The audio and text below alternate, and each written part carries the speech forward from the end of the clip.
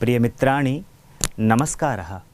संस्कृतभारत्याः पत्राचारद्वारा संस्कृतम् इत्यस्य कोविदः इति पाठ्यपुस्तके भवतां स्वागतम्। अद्य वयम् अष्टमपाठस्य तृतीयं भागं पठामः। तत्र सुभाषितानि सन्ति। तर्हि प्रथमं श्लोकं पठामः। तस्मात् पूर्वं तस्य श्लोकस्य सामान्यपरिचयं प्राप्नुवन्तु। तर्हि प्रथमं सुभाषितं पठामः। तस्मिन् सुभाषिते मित्रस्य महिमानं वर्णितम् अस्ति। कुत्र कुत्र मित्राणाम् अपेक्षा अस्माकं जीवने भवति तस्मिन् विषये एतस्मिन् श्लोके वयं पठामः। आदौ एतस्य श्लोकस्य वाचनं कुर्मः। सावधानेन शृण्वन्तु, पुस्तकं पश्यन्तु च। व्याधितस्यार्थहीनस्य देशान्तरगतस्य च नरस्य शोकदग्धस्य सुहृद्दर्शनमौषधम्।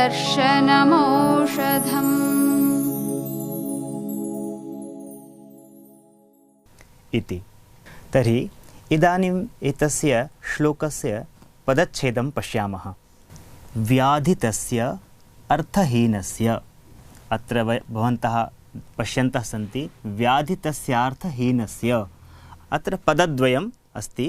व्याधितस्य अर्थहीनस्य देशान्तरगतस्य च, अस्य भागं पश्यामः।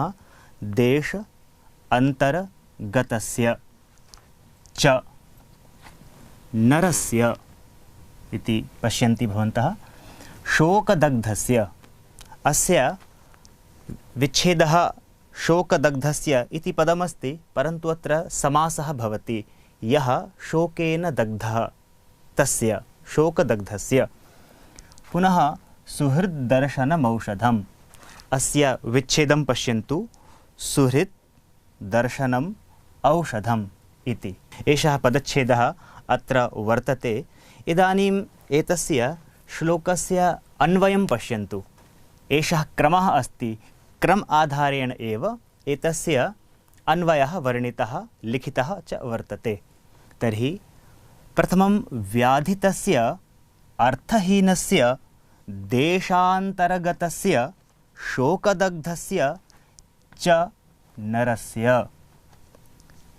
सुहृद्दर्शनम् औषधम् इव भवति।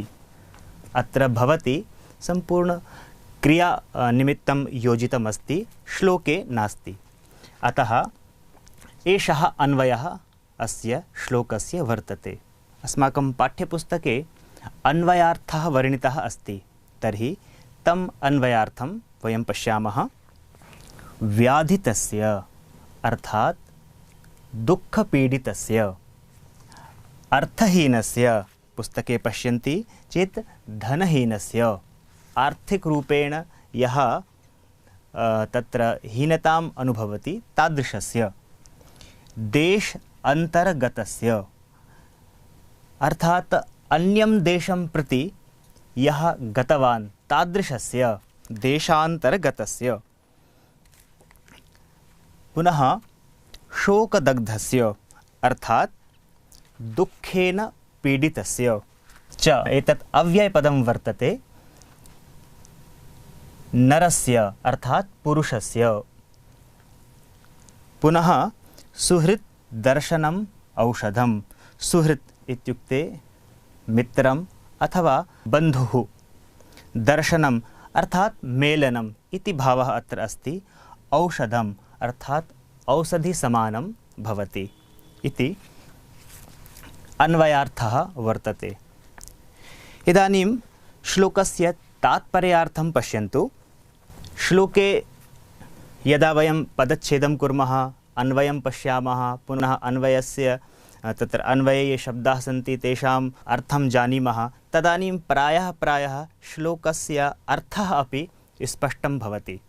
अतः इदानीं श्लोकस्य अर्थं वयं पश्यामः।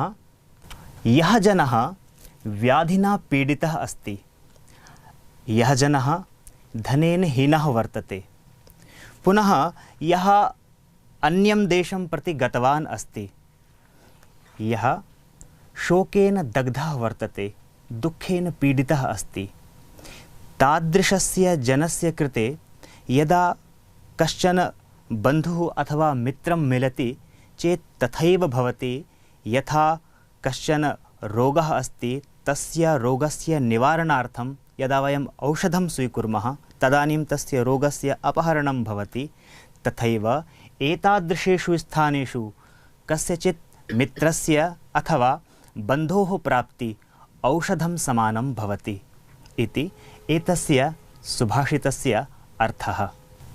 इस श्लोक को अगर हम हिंदी भाषा में इसका अर्थ जानना चाहें तो इसे इस प्रकार से समझना चाहिए कि जब कोई व्यक्ति किसी भी व्याधि से युक्त होता है अथवा कोई व्यक्ति आर्थिक विपन्नता, आर्थिक कष्ट का अनुभव करता है, अथवा हम जब किसी दूसरे देश में, किसी अन्य देश में प्रवास करते हैं और वहाँ पर हमें किसी प्रकार का जब कोई कष्ट होता है, इन परिस्थितियों में अगली परिस्थिति शोकदग्धस्य, अर्थात जब हम किसी शोक में, किसी दुख में पीड़ित होते रहते हैं, ऐसी स्थिति में सुहृद दर्शनम औषधम, ऐसी स्थिति में जब हमें कोई अपने आत्मीय बंधु अथवा हमारे मित्र प्राप्त होते हैं तो वे हमें इन रोगों में औषधि का कार्य करते हैं। अतः ऐसे व्यक्ति को मित्रों की प्राप्ति अथवा बंधुओं की प्राप्ति जो इन परिस्थितियों में हैं, उनके लिए मित्र और बंधु औषधि के समान हैं। यह इसका भाव है। इदानीं द्वितीयं सुभाषितं पश्यन्तु। आदौ एतस्य सुभाषितस्य वाचनं कुर्मः। पाठ्यपुस्तकं पश्यन्तु। सुहृद्भिराप्तैरसकृद्विचारितं स्वयं च बुद्ध्या प्रविचारिताश्रयं करोति कार्यं खलु यः स बुद्धिमान् स एव लक्ष्म्या यशसां च भाजनम्। एषः श्लोकः अतीव सुन्दरः वर्तते। श्लोकस्य पदच्छेदं कुर्मः। तत् पश्यन्तु। अत्र सुहृद्भिः, अत्र सम्पूर्णवाक्ये पदच्छेदं कुर्मः चेत् एकम् एकं पदं वयं पश्यामः। अत्र सुहृद्भिः, आप्तैः, असकृद्विचारितम् इति विच्छेदः वर्तते।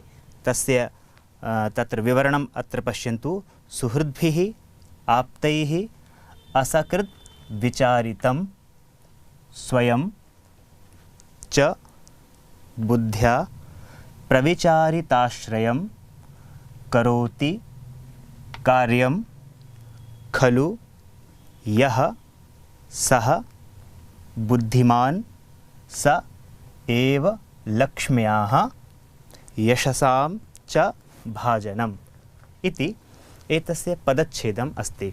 एतस्य श्लोकस्य अन्वयं पश्यन्तु। तदर्थं पाठ्यपुस्तकम् अवलोकयन्तु। यः सुहृद्भिः आप्तैः असकृत् विचारितं स्वयं बुद्ध्या प्रविचारिताश्रयं च कार्यं करोति सः खलु बुद्धिमान् सः एव लक्ष्म्याः यशसां च भाजनं भवति इति अन्वयः वर्तते। मित्राणि, इदानीम् एतस्य अन्वयस्य प्रत्येकस्य पदस्य अर्थं पश्यामः। सुहृद्भिः अर्थात् बन्धुभिः, आप्तैः अर्थात् वचनैः, असकृत् इत्युक्ते अनेकवारं, विचारितं विचारं करोति, स्वयं अर्थात् स्वयमेव इति, च इति अव्ययपदं वर्तते। बुद्ध्या, अत्र बुद्धि इति ईकारान्त स्त्रीलिङ्गशब्दः वर्तते। तस्य तृतीया विभक्तौ एकवचने रूपम् अस्ति। बुद्ध्या प्रविचारिताश्रयम् अर्थात् अत्रापि पुस्तके द्रष्टुं शक्नुवन्ति। अर्थात् सम्यक् विचारं कृत्वा सम्यक् विचारे आश्रितम् इति आशयः। करोति इत्युक्ते कार्यं करोति। खलु निश्चयेन इति आशयः। यः अर्थात् सः जनः बुद्धिमान्, बुद्धिमान् इत्युक्ते सः श्रेष्ठगुणयुक्तः इति। सः जनः एव लक्ष्म्याः अर्थात् सम्पत्तिः इत्यस्य, यशसाम् अर्थात् कीर्तिः प्रसिद्धिः इत्यादीनां च भाजनम् अर्थात् प्राप्तिः तस्य एव भवति इति। एतस्य श्लोकस्य तात्पर्यार्थं पश्यन्तु। कस्यचित् कार्यस्य आरम्भे सर्वैः तस्य कार्यस्य साधकं बाधकं च विचारणीयं। तदर्थम् आरम्भे मित्रैः सह बन्धुभिः सह तस्य सम्पूर्णकार्यस्य योजनाविषये सम्यक् चर्चा करणीया। यतोहि यः जनः अस्माकं कार्यविषये बन्धुभिः साकं मित्रैः साकं सम्यक् मन्त्रणां करोति, सः एव जनः सफलतां प्राप्नोति, सः एव कीर्तिं प्राप्नोति, सः एव लक्ष्म्याः भाजनम् अर्थात् सम्पत्तिवान् भवति। अतः कार्यस्य आरम्भे मित्रैः सह बन्धुभिः सह मन्त्रणा करणीया, योजना च करणीया इति एतस्य सुभाषितस्य अर्थः। किञ्चित् हिन्दीभावमपि अवगच्छामः एतस्य श्लोकस्य।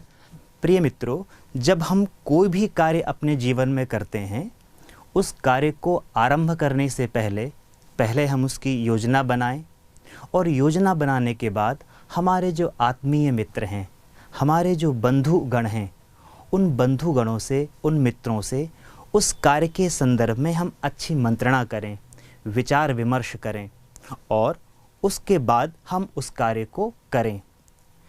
ऐसा जो व्यक्ति करता है वो व्यक्ति प्रसिद्धि को प्राप्त होता है, कार्य में सफल होता है और निश्चित रूप से संपत्ति से युक्त भी होता है।